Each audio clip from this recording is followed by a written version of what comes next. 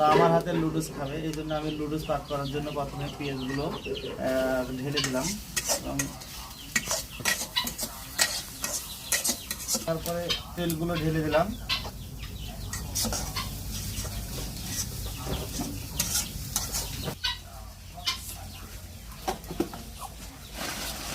এরপরে লবণ দেওয়ার পরে আমরা ডিম দিয়ে দেবো।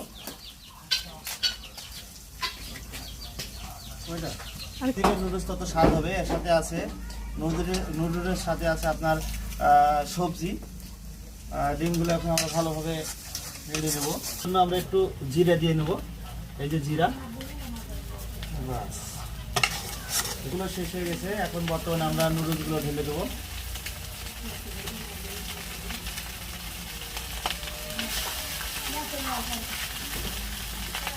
এই যে নুডলসের মশলাগুলো দিয়ে নিচ্ছি। বাস সব কাজ কমপ্লিট। এখন নাড়াচাড়া করবো। নুডলস প্রায় শেষের দিকে।